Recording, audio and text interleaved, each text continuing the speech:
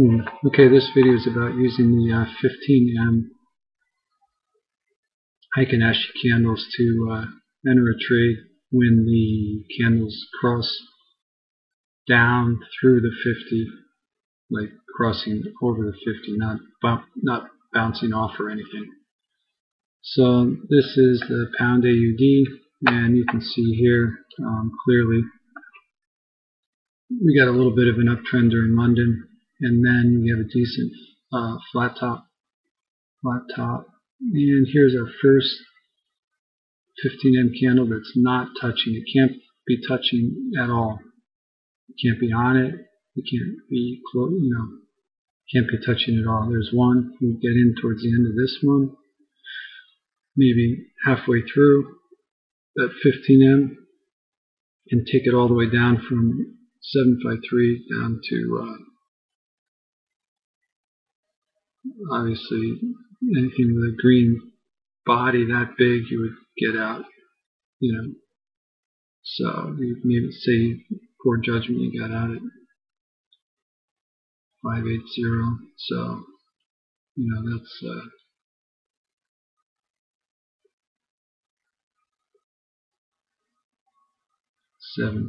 750 down to 557, almost 100 pips on that one. So that's one example. Let's look at NZD USD just to take a look at it. Okay, we'll take a look at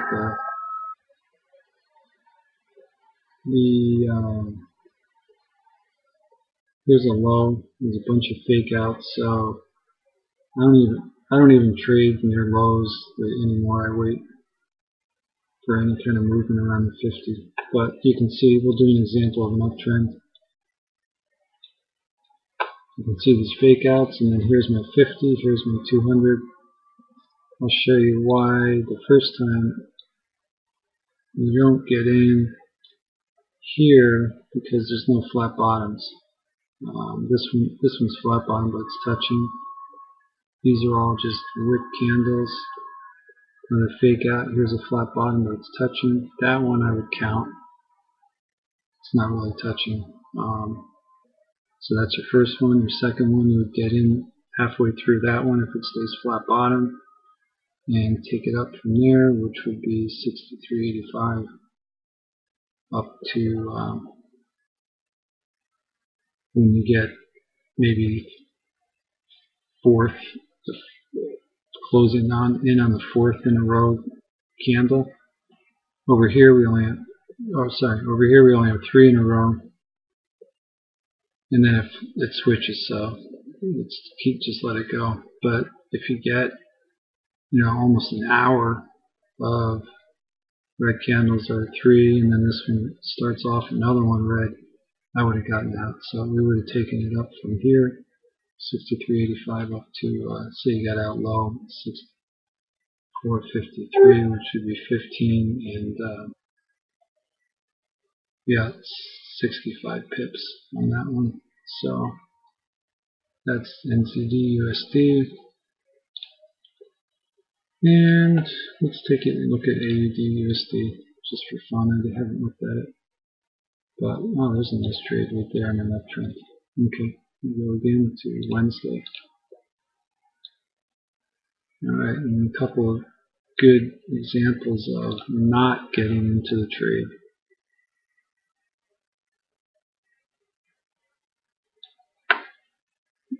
This one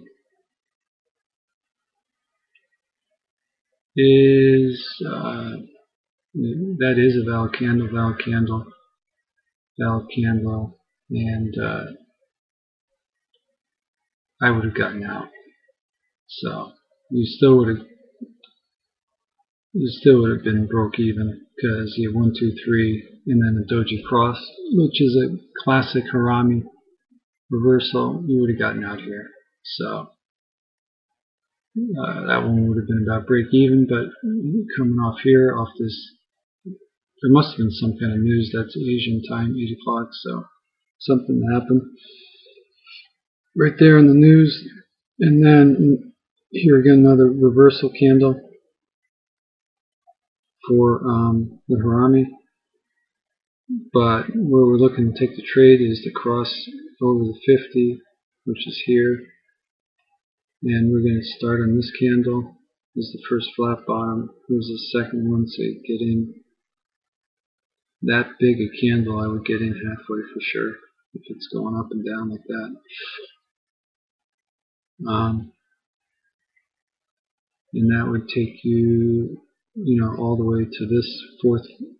You would ride it all the way up. Don't get out on 2. That's nothing. You wouldn't get out on 2 here. 3, it's getting a little dangerous now. And then 4th, you really don't know which way it's going to go at that point, up or down. So you would have still gotten out there. So we would have maybe 68, 88. You would have probably had 30 pips off that. So not so bad. But to be honest, you can do what you want, and if you see the first red one, you can get out. That would have been 40 pips. So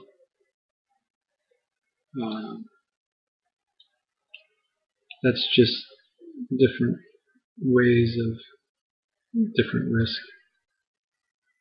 And another pretty good example here. And here is the 50 crossing down, but you can see you wouldn't got in on any of those because none of them were flat bottom except this and this one. I don't think I would have. But anyways, this cross up and then a little fake out during the London. You could have got in, and you wouldn't get in here because that one's touching the 50. This one's not touching. This one is not. You could get in here, put your stop loss below the 200 around here, maybe 10 pips below to be safe. See how this is 896, 874. That's 14. That's 25 pip stop loss. 25 pips below the 200. Somewhere around there, and ride it up to this big wick candle. So that's just how I do it. There's no real trick. Some trades are going to be longer, some are going to be shorter, some are only going to be 1, 2, 3, 4, 5, 6, 7 candles, and then that's it. And I wouldn't have hung around here because it's just too risky. So another thing I'm looking at right now is just trading after an uptrend. Right, here's an example of just an uptrend on AUD/USD. After the uptrend, I'm looking for one clean flat top, another clean flat top in a row where the low, where the close closes below the wick of the first one, so it's like a staggered, almost like one of those spiral staircases, staggered, and it's closing there. I would have taken that trade because you got 2 clean flat tops with decent bodies. They're not mini candles, they're not crosses, and it's coming after an uptrend. This one I wouldn't because we have a hammer to start off the cycle of the downtrend. But this one with a flat, and this one, another one with a flat, I could have got almost 45 minutes there. Could have got an hour there. Wouldn't have got much there, but anyways, that's what I'm looking at. Here's this one you can't because it starts off with a cross. This one you can. It's got 2 flat tops right in a row.